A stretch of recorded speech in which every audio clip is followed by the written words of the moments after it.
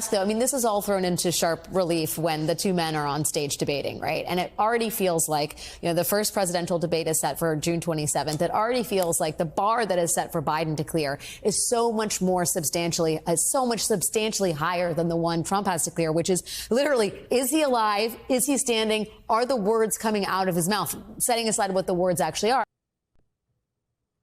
Literally. She just had to throw that word in there, didn't she? You know what? I'm going to let that go. I'm not going to focus on that because we're here to talk about debates. We have the great Sean Spicer here of the Sean Spicer Show. All right, Sean. So we have this debate. And obviously the rules are absurd. They're cutting off microphones. Words out today that Biden is going to try to sit down. All right, they loaded it up for Biden. I don't know how Joe Biden can even sit down, Sean, when he's going to have Jake Tapper and Dana Bash's lips glued to his rear end. Well, the funny thing about this, Jesse, is I think that they believe that the rules favor them. Trust me when I say this. Donald Trump knows what he's doing.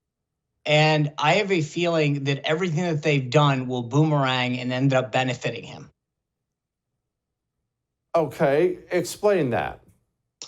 Well, think about it. They think that somehow cutting off the mic is going to benefit Joe Biden.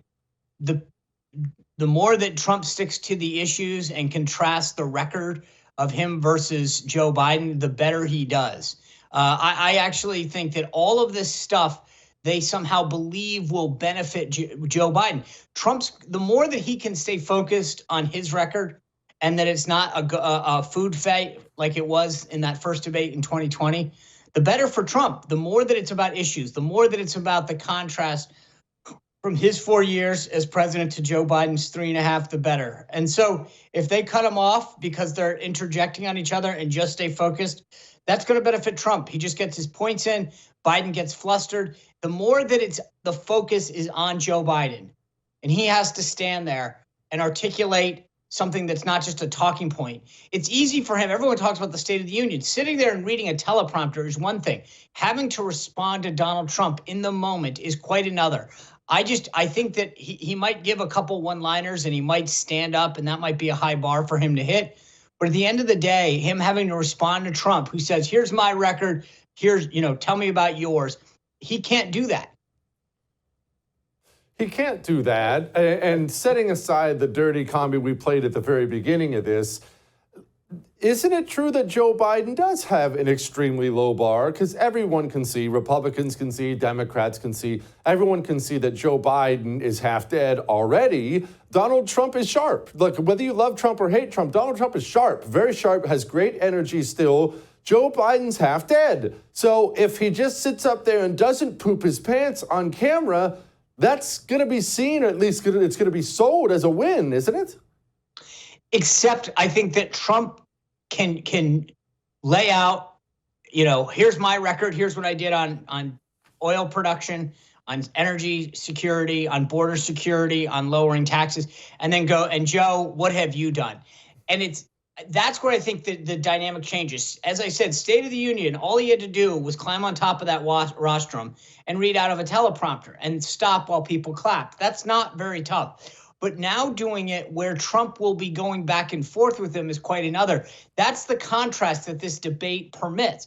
So yes, Joe Biden has a low bar. There's no question about that. People don't have high expectations for what he has to do. But to your point, when you see that contrast in real time, Trump listing off his accomplishments, boom, boom, boom, boom, boom. Here's what I did. Here's what I had. And you see the energy that is contrasted by the two individuals standing there on stage together. It will be unmistakable who the leading candidate is. Do you think that's what Trump intends to do? You obviously have been right next to the big man. You're very much in the know when it comes to this stuff. Look, sometimes he does that, sometimes he doesn't, and he's not exactly somebody who can always take advice. He's famous for that. You and I have talked about that before. He has done these debates where it didn't go well, couldn't control himself, just kept interrupting. He looked terrible. And he's done great at debates in other cases. What Trump do you think we're going to get here? See, what you're putting your finger on is exactly right, Jesse. Which one shows up? I've been with him. I briefed him, for a while before the commander-in-chief forum that NBC held on board the Intrepid. I didn't think he was paying attention at all. I mean, I was sitting there going over statistics and veteran suicide rates and all of these issues from a military and a veteran perspective. And I thought to myself, oh my God, he's going to get his clock cleaned. He's not paying attention. And then he got out there and killed it. He has an ability to synthesize information like no one I've ever seen before. So look, can he show up and crush it? Absolutely. Has he done it before? Absolutely. But which Trump shows up is going to be the $1 million question. I have a feeling that, considering how that first debate last cycle went, that's still seared in his memory. And the idea that if he can come out and put this away in the first or second round, of which this is, I mean, you come out this early, Biden doesn't do well, he does well. I think Biden has everything to lose and Trump has everything to gain. If Trump doesn't do well, I don't think it kills him. But I think if he does really well and Biden doesn't do well, then they're done. I have a hard time seeing how you recover from that. Trump can fight another day. Biden doesn't have the luxury. They wanted this debate early to change the narrative and the trajectory of the race. If they blow it, it's over. And I think Trump understands that. And they're not going to let this day go by without taking advantage of those circumstances. So the question you're asking is the right one. Which Trump shows up? And if the one that we've seen before, who kills it at debates, shows up, then it's game over.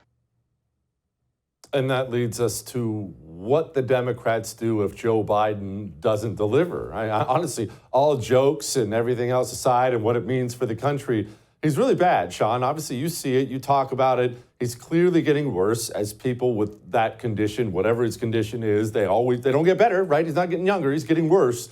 What if he does go out there and poop his pants or can't talk or does any one of the various things he's done, wanders off in the middle of the thing? What's the plan? You and I have gone back and forth on dumping him, don't dump him. It has to happen at the convention. These people are in panic mode right now, Sean. What are they going to do? Yeah, so a couple things. First of all, I think that they are going to, he's holed up at Camp David for about a week ahead of this debate. I think you're going to do exactly what they did at the State of the Union. I mean, look, anybody can rest as he did for that and be ready. So I have a feeling, number one, they are going to do everything they can to make sure that the Biden we saw at the State of the Union is the Biden that we see at the first debate. That's number one. Number two, if he were to have a really bad night, you got to remember a couple things are happening. One, they expedited the roll call for the nomination. What does that mean? Because these dum-dums couldn't figure out when Ohio was having its ballot deadlines, they were going to miss it the Ohio ballot, if they didn't get him nominated earlier because they put their convention so late. So they are having a virtual roll call well before the convention so that they can get themselves on the Ohio ballot. That shortens the window that the Democrat establishment would have to try to make any kind of change. I think it would have to be an unbelievably profound screw up for anything to happen because they just don't have the runway to go in and change anything. And Biden's not going to do that on his own volition. Oh, man, I just can't believe they're going to run with this. All right, let's forget about him for a moment. Let's get back to Trump. All kinds of VP talk out there. I love a lot of people on his list. I actually think it's a really great list. Some of them, like Elise Stefanik, are a complete disaster who'd be hostile to everything he wants. Setting all that aside, someone like J.D. Vance intrigues me. I love J.D. Vance, but I tend to think Trump would need a J.D. Vance in the Senate more than he'd need him as VP. Whatever, those are my thoughts. What's the Sean Spicer thoughts on all this? Well, look at the list that you've got up on the screen right now. J.D. Vance, Marco Rubio, Tim Scott, all senators from Republican states. What does that mean? That the governor of their state, each of them has a Republican, can replace them. And so I'm not that worried if any of them were to be chosen. That being said, I think the top three right now, in my opinion, I think it's Doug Burgum and J.D. Vance are tied for first. And then I think Marco Rubio is sort of the distant second. Vance appeals to him for a lot of reasons. But I think for as much as Vance appeals to him, so does Burgum because he's a contemporary, he's a businessman, he's a governor. And I think he sees an actual age-wise contemporary in him. Burgum is younger than him, but not by that much. So it feels like he can actually get along with him. And, he has a partner, a buddy, if you will, for the next 4 years. J.D. Vance, obviously a lot younger. He sees them as the next generation. to carry on the MAGA movement. So he's looking at each through a very different perspective. But none of those three, Burgum, Rubio, or Vance would surprise me. The other ones, I think, are lower down the list. I think there's a big break between the top three and everybody else. My dark horse right now on this that's not on the list and not being vetted is Lee Zeldin. Oh, okay. Now, let's just finish up by talking about that. Why would you go with Lee Zeldin? Trump's not going to win New York. He knows that. Obviously, he's not a moron. He's not going to win New York. So what does Lee Zeldin bring him? Well, remember that this concept that the media likes to float about what they're bringing is not at all what Trump cares about. He doesn't think anyone brings him anything. He wants a partner. He wants a loyal cheerleader of his policies and what he's doing in office. No one brings him anything in his book. So let's start with that. He wants someone who's going to carry on the agenda, et cetera, et cetera. What does Lee Zeldin brings? He brings someone who is a fighter, somebody who understands the MAGA movement from its bare bones.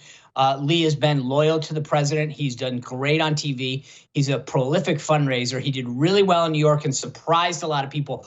He didn't win, but he showed that by going everywhere and being everywhere, that you can bring more people into the movement. He's very well thought of in the Jewish community, which this movement, I think, considering everything that's happening in Gaza, is ripe for the picking.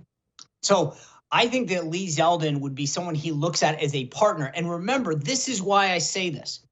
More than anything else, Trump still has that showman in him, that from The Apprentice. He wants everyone to be thinking, look over here, and here's the new answer. And so the thing about Zeldin that intrigues me is that he's had the president's back. He's a fighter. He knows how to win. He's well respected. He's got national security credentials. He passes the Can You Be President Day One test. Well liked by everybody in the movement. He's done well on the campaign trail. Am I going to put my money on it? I don't know yet. I might put Jesse Kelly's money on it. But I think that the three that we mentioned are definitely the top of the list. But I always in the back of my mind think that Trump's always got something going on that none of us are guessing right now. And if I had to guess it, that would be it. That intrigues me because I like Lee. I do. And if he's not thinking about the state itself, that's intriguing. Sean? I had him on the show. When I had him on the show the other day, and everyone can go back on YouTube and check it out, I asked him point blank. I said, are you being vetted? Because I think you would do a great job. And he said, he gave a very political answer. And if you're not being vetted, and you say, no, I'm not. I'm looking at blah, blah. But he said something to the effect of, I'm just excited to blah, blah, blah. And I'm like, that's the most political answer. That tells you everything you need to know. Well, I'll just be honored anyway. Sean, thank you, brother. President Biden, he campaigned on making a safe, orderly, and humane immigration system. Do you believe that has been accomplished? We work at that every single day across the Department of Homeland Security, across our administration, with our partners to the South and around the world. We have established more lawful, safe, and orderly pathways than any other administration, and we are working every day to strengthen the security of our border. His voice bothers me. There's something about his voice that makes me just... Anyway, I wonder if it bothers the Congresswoman joining me now. There aren't very many Congresspeople I like, and she's awesome. The awesome Congresswoman from Wyoming, Harriet Hageman, she is on the House Judiciary Committee. Congresswoman, before we get to what they're doing on the border, doesn't his voice bother you? Yes, and I've had the opportunity to sit in a room with him, and after sitting there for several hours, I can tell you that it grates like fingernails on a chalkboard. I'm sure it does. Okay, beyond his hideous voice, they're so brazen, and honestly, that's one of the things that really takes me back is how they just go on television and brag. They're picking people up down in South America and shipping them all over the country. They brag about what they're doing. They lie about what they're doing. The fact is that they are not finding additional legal pathways for immigrants to come to this country. That's not their job. Their job is to enforce the immigration laws that are on the books. It's not for them to find different ways to make them legal. The fact is that they're doing mass paroles into the country in violation of law. They're doing catch and release in violation of the law. Anyone who is seeking asylum is not allowed to come into this country and just be released willy-nilly the way that they're doing it. So what he's doing is, as you say, he's bragging about the fact that they're violating the law, and they're attempting to act as though they have the authority to do that. Your colleagues, your Democrat colleagues in Congress, do they deny that they're trying to burn this place down on purpose? It's obvious to anyone paying attention that's what they're doing, but what do they tell you privately? They surely don't believe the hype, right? Yes, they do. That's what's so sad and disturbing. And what I'm seeing are photographs that you're playing right now of the environmental devastation associated with this mass migration. And yet when we try to raise those kinds of things in the Natural Resource Committee, for example, they deny that they're happening. We actually raised this issue with Deb Haaland, who is a former member of Congress, and she's now the head of the Department of Interior. On average, every single illegal who has crossed that border has brought in over 8 to 10 pounds of garbage with them, which means that we have as much as 100 million pounds of garbage that has been strewn across the southern border. And so the great environmentalists in the Democrat Party ignore all of that. This has had devastating consequences for our environment, for our schools, for our hospitals, for our communities, for our families. By every single metric, this has been one of the worst disasters in the history of the United States, and they won't even acknowledge that it's happening. Yeah, no doubt. Speaking of garbage, let's talk about Merrick Garland. He was held in contempt of Congress. He's, of course, announced that he's not going to arrest himself. But what can we do to that human being from here? I know Anna Paulina Luna was talking about the sergeant at arms. Where do we go from here? You can't have an AG do what he's doing with that position. You can't. Well, that's exactly right. And what the issue is that we are entitled to receive the information, the interview between Special Counsel Hur and Joe Biden. And they have already turned over the transcript of that interview. Now, they've admitted that that transcript is not accurate as to what was actually said during the interview. They claim that there are just minor changes, but they're changes we're entitled to see. So the issue is they will not allow us to have that audio tape. And I think what that audio tape demonstrates is that Joe Biden is suffering from severe dementia, which we're seeing every day on TV. But I think for the American people, they recognize that this would just be the death knell in his campaign. So Merrick Garland is withholding that, and I actually handled the debate in front of the Rules Committee last week in support of the bill to hold him in contempt of Congress. And the point that we have made is that, number one, they've already waived any claim of privilege by turning over the transcript. Number two, in our oversight role, we're entitled to have that transcript. Number three, we're entitled to know why Mr. Hur decided not to prosecute Joe Biden, despite finding that he had withheld classified documents to which he was not entitled, while at the same time they're persecuting Donald Trump for that alleged crime. So there are all kinds of reasons as to why he should be held in contempt. But the fact is, Merrick Garland is a political hack. He has been since the moment he took that office. And I think that it is devastating to our legal community and to the rule of law that he has undertaken some of the acts that he has.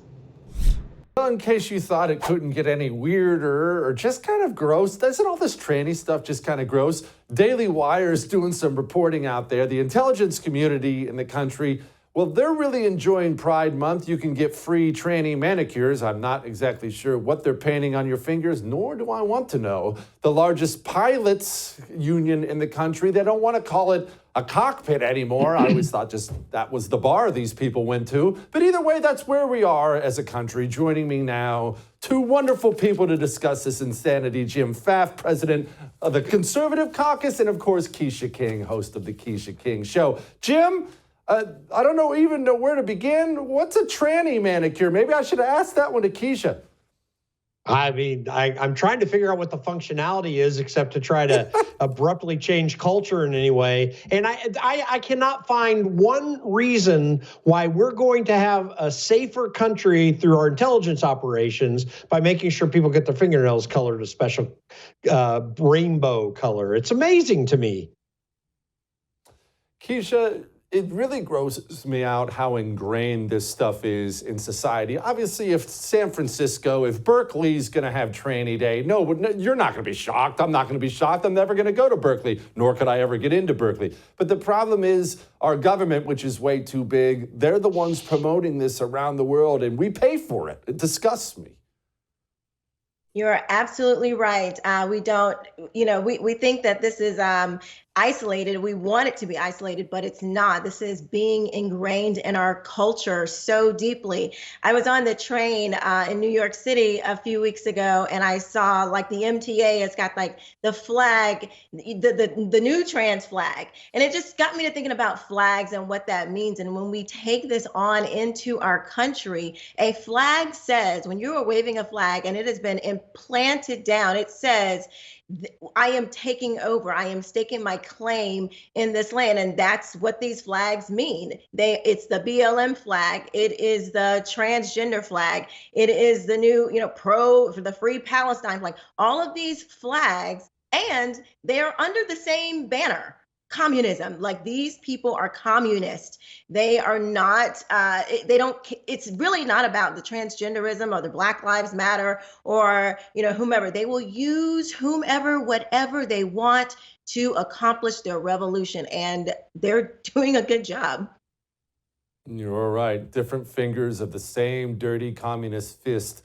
Jim, how many Americans do you think are aware of what Keisha just said? I feel like the branding for the left has been very effective. If they look at a feminist rally with all the Subarus and everything, they would think, well, at least they probably at least pretend to care about women. That Black Lives Matter. They care about black people, of course, and all the gay crap with the pink feather boas. But it's not about that at all. The question is how many Americans are picking up on that? Yeah, very few, frankly, in terms of getting a comprehensive understanding of what these people are trying to do. This goes back to the cultural Marxist philosophy of Antonio Gramsci, someone no one has heard about. His works were printed up after his death. But, he really was pushing for a new Marxism. Once Russia was really losing its capability to win the Cold War, he wanted, and he knew it was going to fall down. He wanted to go in and infiltrate culture deeply to maintain a cultural Marxist ideology. So that means infiltrating and controlling cultural institutions, creating a sense of crisis and instability.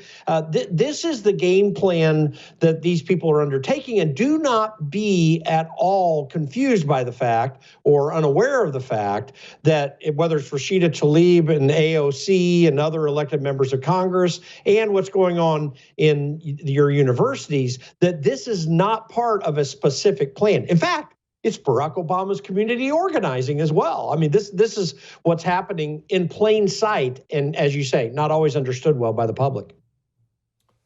Keisha, why are they better at organizing and activism than we are on the right? Wherever people fall on the right, I don't care how you classify yourself, but they are really good at it. It's what they do, and we don't. Why? They practice a totalitarian, collectivist way of thinking. So their worldview is, when we approach you, we have a very specific type that we want. Those are who are angered and those who are on the fringe and, kind of like the misfits of society. They agitate them and then they train them. This is where what we don't do on our side. They train them. If you guys remember Patrisse Cullors from the BLM, she said, we are trained Marxists. And that means knowing how to poke the bear, knowing how to cause a civil unrest, knowing how to throw a brick and hide, knowing how to agitate communities. They literally, and that's what the community organizing was, training others in a particular community to go in and be disruptive so you can divide and then you can conquer. And we don't spend enough time assimilating, people to our way. I don't want us to be collectivists, but we should practice persuasion. We should present our ideas and say, hey, here's what they're presenting. Here's the long-term effects of that. Here's what we have over here. Here are the long-term effects of this. And we have proof of a westernized civilization that backs up our way of life. And they have their evidence as well. And it has all led to murder, chaos, and utter destruction of every single nation, civilization, community that they have ever put their hands on. It is true. We are way too passive about freedom. Freedom is not a passive thing. It's got to be an active thing. Speaking of active things, Jim, I was encouraged yesterday to see the 10 Commandments is going back into schools in Louisiana anyway. And if anyone has a problem with that, I don't give a crap. That's exactly where the 10 Commandments should be. Jim, people have a hard time understanding that nations have religions. There's no such thing as an atheist nation or a secular nation. Your nation's going to have one. You better pick one. That's absolutely right. By the way, I'm really excited that we have maybe one of the best governors in the nation. My friend, Jeff Landry, when I was working on Capitol Hill, I was with him. The guy is brilliant. He comes across like swamp people, Louisiana. He's a fascinating mind, but he's also fearless. You know, what's interesting about the 10 Commandments debate that has often been neglected is that there is hardly a religion in the world that doesn't assert the 10 Commandments in one form or another. C.S. Lewis wrote a famous book back in the 1940s called The Abolition of Man. And he was talking about, this is where you get that men without chests quote. You know, we take the organ out and demand the function. We take the heart out and demand something to happen.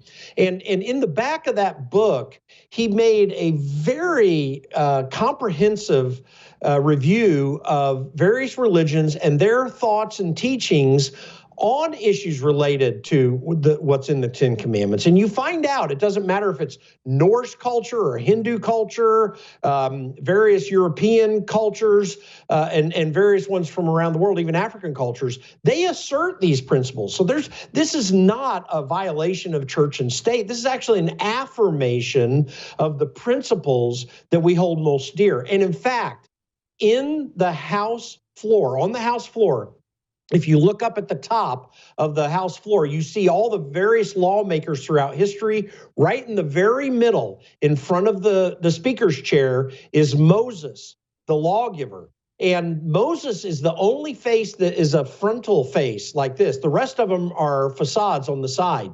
There's a purpose and a reason for that our founding fathers and those early in this country understood, that Moses, the lawgiver, gave the foundation for all good moral behavior and good moral government, in fact, reduced government.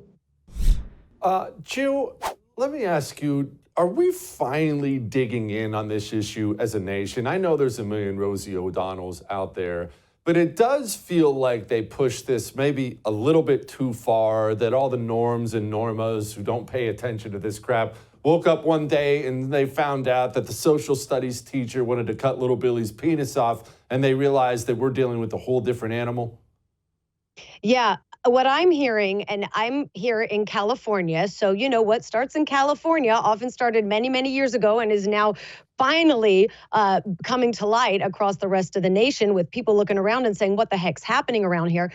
In California, it started, I want to say, decades ago, and it is being so forcefully pushed through our public school system. I don't know, Jesse, if you've heard about a school district here in Southern California, Chino Valley Unified Schools. Just last year, they finally began, they have a school board with very strong, grounded, reasonable leadership now. And that school board began pushing back against our Attorney General, Rob Bonta, saying that parents must be informed if their child at school wants to change pronouns or change genders, because this push for this gender ideology through schools is so pervasive now, and it's been happening for such a long time that now it is becoming mainstream, and reasonable parents who maybe weren't paying attention before finally are looking around and saying, what is going on? But it's because we've been asleep, and it was starting to be pushed through the public school system without parental consent. Christine, you're about 8,000 years younger than I am. Is this something young people are accepting, or rejecting. Look, I can only speak for my sons. They're 13 and 15, and them and their friends are so hardcore against this stuff. It actually rattles me sometimes, and that's amazing. But it's every now and then they'll say something and I'll be all, my goodness, that is a rejection of what they're seeing. Are you seeing that? I do see a lot of young people who are rejecting this notion. I see a lot of millennial parents as well who are rejecting this notion. I have a 16-year-old son and I have a 7-year-old daughter and a 5-year-old daughter. And what I'm seeing is that parents don't want their children to learn this stuff, and that they are able to impart their values to their children, and children are saying, wait, this doesn't make any sense. And it takes a parent willingly trying to indoctrinate their child in order to make them think that this is okay and that this is normal.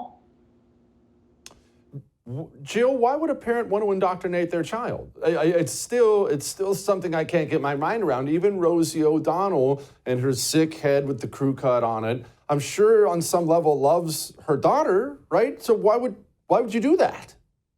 Well, people have been fooled and confused. And what a word that one of my very, very smart friends, Sam Sorbo, if you know her, she taught me many years ago that people have been schooled, and we have been schooled, all of us, myself included, many years ago, under this false veil called inclusivity. And I've started calling this radicalized kindness. That's a quote unquote, radicalized kindness, to the point where we, yes, want our children to be kind. We want to raise them to abide by the golden rule, to treat others as they want to be treated. We want to enforce in our schools the concept of kindness and treating each other with dignity and respect. And everyone does, in fact, deserve dignity and respect. We believe that here at PragerU Kids. But people have been schooled so radically to be kind that there has now been an abandonment, total abandonment of what is true and what is not. And again, this is happening through bureaucrats pushing this with the teachers' unions, corrupt teachers' unions, through our public schools, pushing this concept of what I call radicalized kindness to the point that you abandon all truth, so that nonsensical ideas like gender ideology and teaching children as young as kindergarten that you can be a boy or a girl and you can flip-flop in between and there is no binary and all of these nonsensical things, we're teaching them, oh no, you must accept to be kind, because we all want to be kind. But we've abandoned truth, and that's the problem in our schools and communities.